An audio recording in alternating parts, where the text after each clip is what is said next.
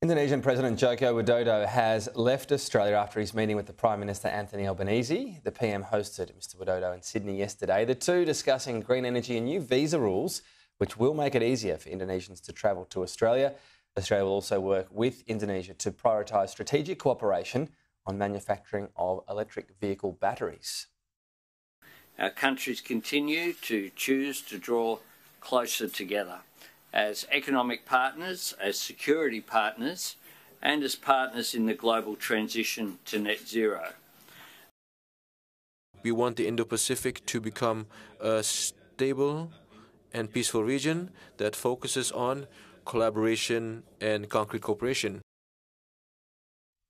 Joining me now is Foreign Affairs Assistant Minister Tim Watts. Thank you for your time. Starting off on this topic, is it the most underdone diplomatic relationship we have, given the size and proximity of Indonesia?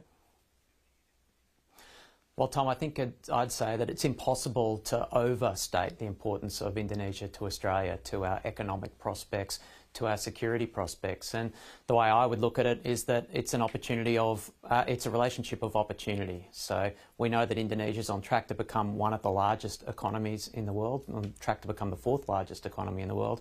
But it's not even in our top 10 trading partners. So we recognise that there's a need for a big investment of effort as a nation in deepening this relationship, and that's what we've seen between Prime Minister Albanese and Pak Jokowi in the last few days.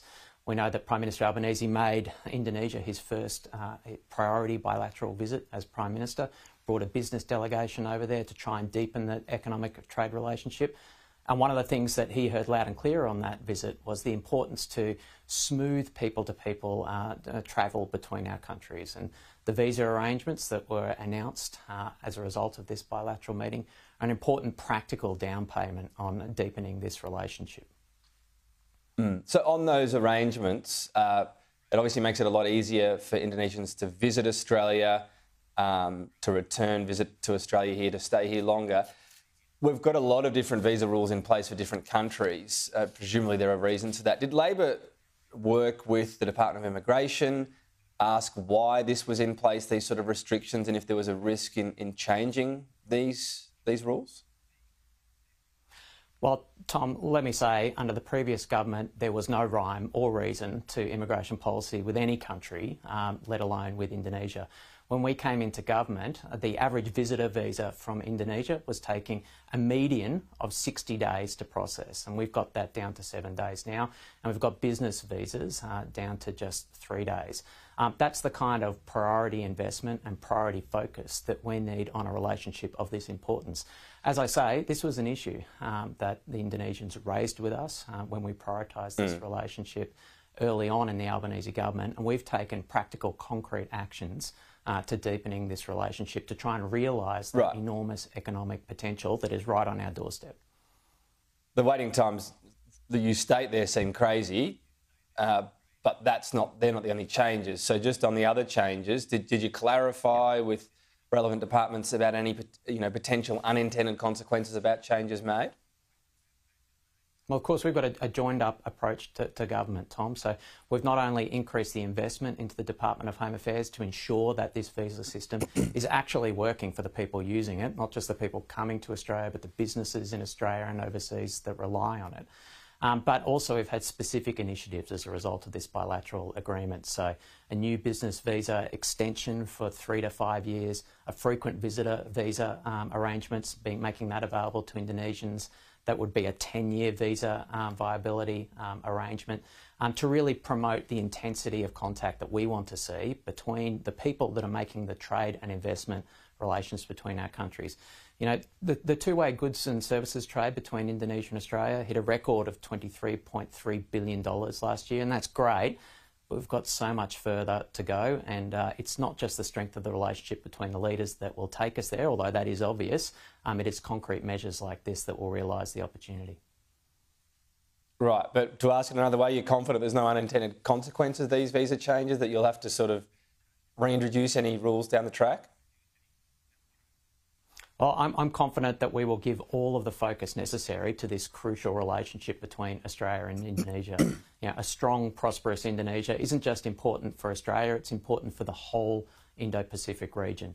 It's vital to the balance of power in our region that the Indonesian economy is strong, resilient, growing, and we want to be a part of that. And that's why we are giving this a focus of attention, not just at the leader level. It's great that Pak Jokowi and Prime Minister Albanese have met 4 times in the last 12 months, but right through government we're giving this focus. All ministers in the government are focused on realising the opportunity.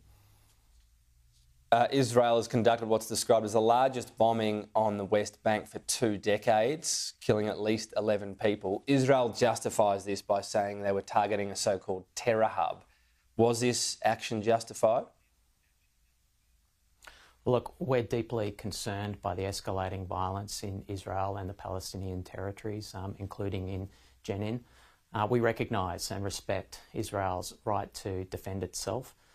But also we emphasise that civilian lives must be protected and all possible steps need to be taken to protect civilian lives when undertaking operations of this kind. So we urge all partners, all participants, all stakeholders to exercise restraint and to prioritise the protection of civilian lives and the avoidance of any disproportionate actions that could have an impact on civilian lives in the region.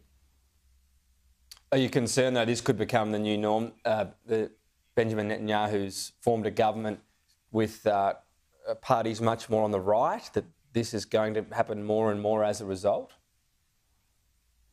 Well, as I say, Tom, we are deeply concerned by this escalating violence, and it is a reminder for leaders on both sides of this conflict to really work to get together to break this cycle of violence, to work to promote conditions for peace. And that's the only way that we're going to resolve. But is that now less likely with the government that Benjamin Netanyahu's cobbled together, is the question? It's a very difficult situation, Tom, and we as an Australian government oppose all unilateral actions that are obstacles to the realisation of a peaceful agreement in Israel and the Palestinian territories. It's on all parties to come together to break this cycle of violence and to work together to create the conditions for peace.